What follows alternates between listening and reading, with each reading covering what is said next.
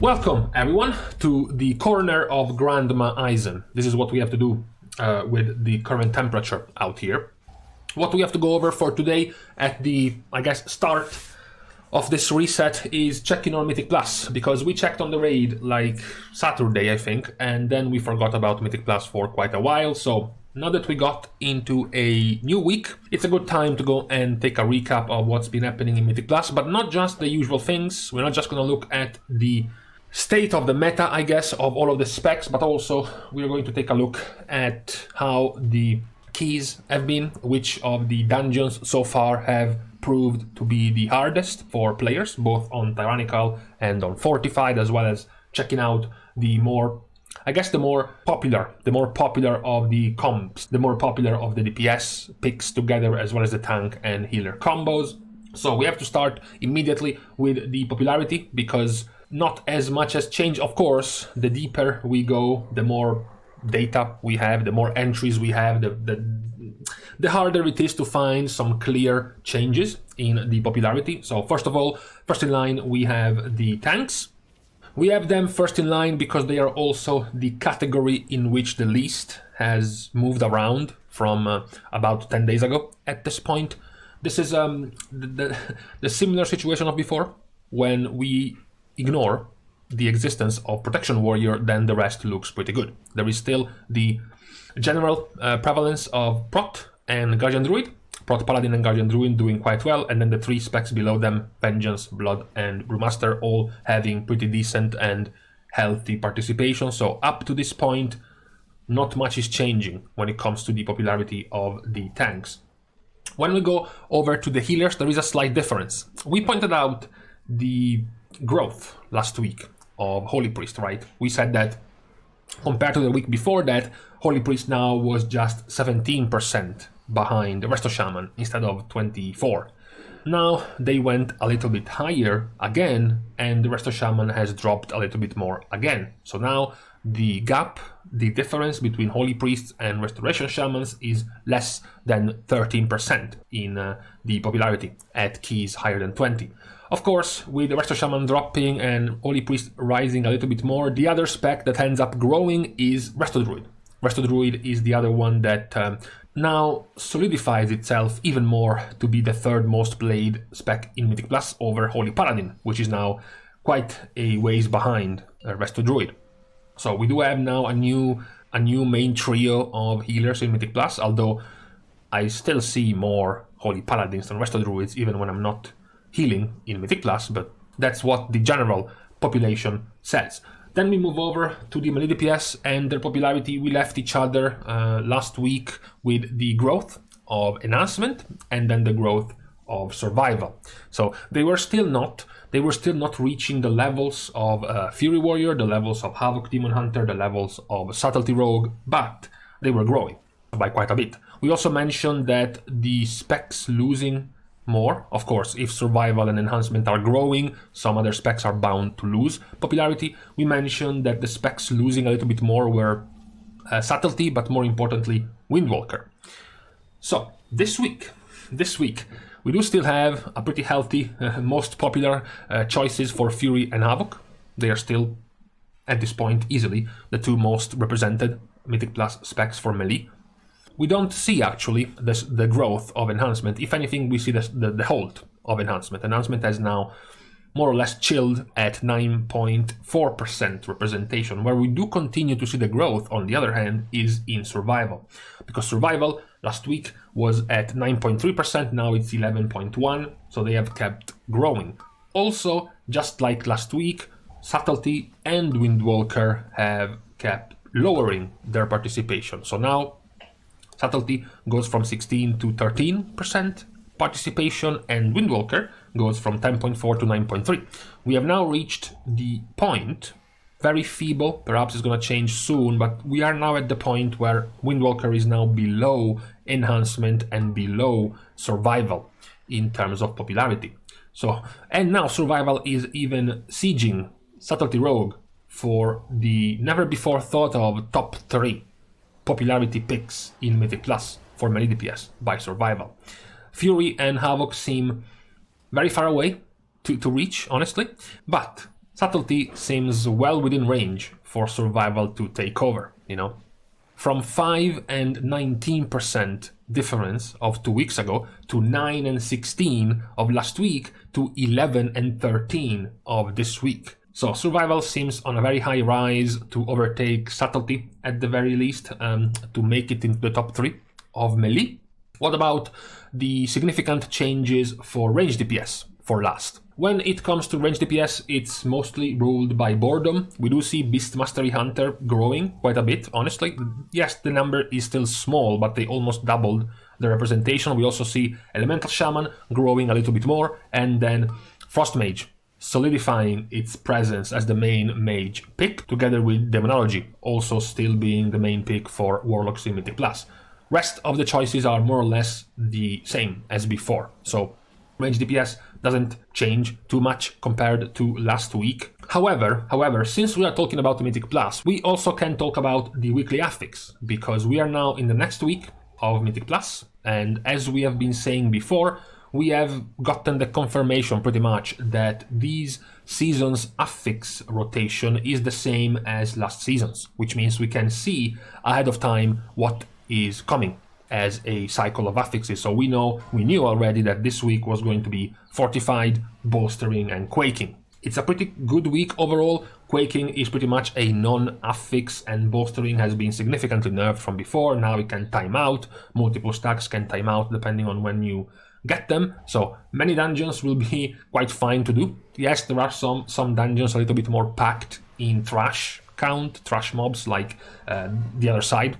It's still going to be quite painful, the Underworld part in particular, but what we can see also is just how difficult dungeons have been so far. Just to give you an idea, when you enter a key, much to no surprise, the 2 hardest dungeons are still the Tazavesh dungeons. We have talked about yesterday the nerfs happening to the Tazavesh dungeons. Both Street and Gambit have been significantly nerfed, so we will see this week just how high they go based on the nerfs. But up to this point, up to last week, this was the difficulty rate, I guess, of dungeons. We do see that the overall 3 easier dungeons so far have been Necrotic Wake, Halls of Atonement, and Plagueful. So they have been above 77% to 80% chance of completing the key. Meanwhile, towards the bottom, if we exclude the outliers of the Tazavesh dungeons, the 2 hardest dungeons are Theater of Pain and The Other Side. So this so far has been the overall difference in the difficulty of the dungeons. Another thing I found very interesting actually is the success rate, how likely you are, each and every one of the specs, how likely they are to complete a key. I thought it was interesting because when you look at the healers, the gap between the success rate of specs is just 5%. Even though there is quite some classism, some spec-ism when picking a healer, you know, many people want a Resto Shaman, sometimes they want a Holy Priest or a Holy Paladin depending on the covenant they need. Far less, on the other hand, will request a Mistweaver Monk, for example. Yet, the completion rate, the success chance of healers is floating between 69 and 64%.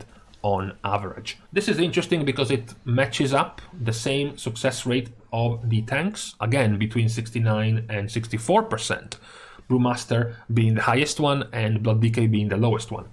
Why I thought this success chance was interesting is because of how much it can vary when you look at the DPS instead, because while the gap of tanks and healers flows between the 4 to 5% range, the gap for the DPS can go as high as 12% in difference. Of course, many of the most wanted DPS specs find themselves at the top of the success rate. So Survival, Subtlety, Demonology, Havoc, Balance are some pretty obvious picks to be at the top, and then there are other quite obvious picks to be towards the bottom, like Red Paladin, Feral Druid, Assassination Rogue, Beast Mastery Hunter, and Arms Warrior. Perhaps towards the most surprising in the failure rate are Fire Mage and Frost Death Knight. They are still doing decently in Mythic Plus. They are not that unpopular, and yet they find themselves quite low in the success rate compared to many other specs. There is also, I guess, the outlier, the very high outlier, I guess, of